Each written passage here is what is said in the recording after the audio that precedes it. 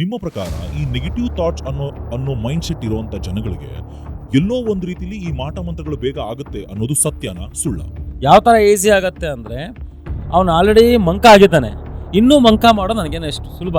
ನಿಮ್ಮ ಮಾಟ ಮಂತ್ರಗಳು ನಡೆಯೋದು ಓನ್ಲಿ ಮಂಕ ಆಗಿರುವಂತ ಜೀವನಗಳಿಗೆ ಹೊರತು ಧೈರ್ಯಶಾಲಿಗಳಿಗೆ ಎಲ್ಲೋ ಒಂದ್ ಕಡೆ ಒಂದು ರೀತಿಲಿ ಕಡಿಮೆ. ನಾನು ಹೇಳ್ತೀನಿ, ನಿಮ್ಗೆ ಅರ್ಥ ಆಗಿಲ್ಲ ಅನ್ಸುತ್ತೆ. ಸೂಕ್ಷ್ಮ ಭದ್ರಕಾಳಿ ಕೇಳಿದಿರಾ, ಅತಿ ಭದ್ರಕಾಳಿ ಕೇಳಿದಿರಾ, ಬಿಂದು ಭದ್ರಕಾಳಿ ಕೇಳಿದಿರಾ, ರಕ್ತ ಬೀಜ ಧ್ವಂಸ ಭದ್ರಕಾಳಿ ಕೇಳಿದಿರಾ? ಇಷ್ಟಿರ್ತವೆ. ಇದರಲ್ಲಿ ಯಾವ್ಯಾವ್ದು ಕೆಲಸಕ್ಕೆ ಏನೇನು ಉಪಯೋಗ ಮಾಡ್ಬೋದು, ಹೆಂಗೆ ತುಳಿಬೋದು, ಅವನ್ನ ಹೆಂಗೆ ಮೇಲೆ ಎತ್ಸ್ಬೋದು ಕೂಡ ಇದೆ. ನೀನು ಪೂಜೆ ಕೂತ್ಕೊಂಡ್ಮೇಲೆ ಅವ್ನು ಒಳ್ಳೆಯವನ ಕೆಟ್ಟವನ ನೋಡಬಾರ್ದು. ನೀನು ಏನು ಮಾಡ್ಬೇಕಂತ್ಕೊಂಡ್ರೆ ಮುಗಿಸ್ತಾ ಇರ್ಬೇಕಷ್ಟೇ.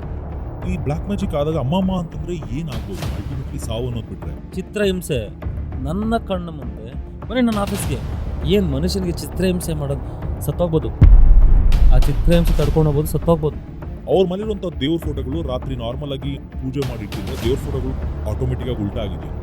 ಅಂದ್ರೆ ಭಗವಂತನಿಗೆ ಶಕ್ತಿ ನೆಗೆಟಿವ್ ಜಾಸ್ತಿಗೆ ಆಗೋಗಿದೆ.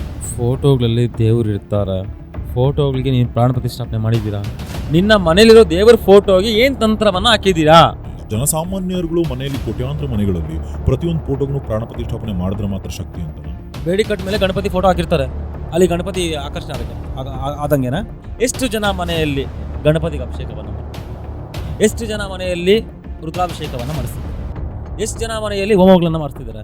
1 ವರ್ಷ ಮಾಡಿದ್ರೆ 6 ವರ್ಷ ಮಾಡಿಸಲ್ಲ. ಇಂಥವ್ರ ಮನೆಯಲ್ಲಿ ದೇವ್ರು ಇರ್ತಾನ?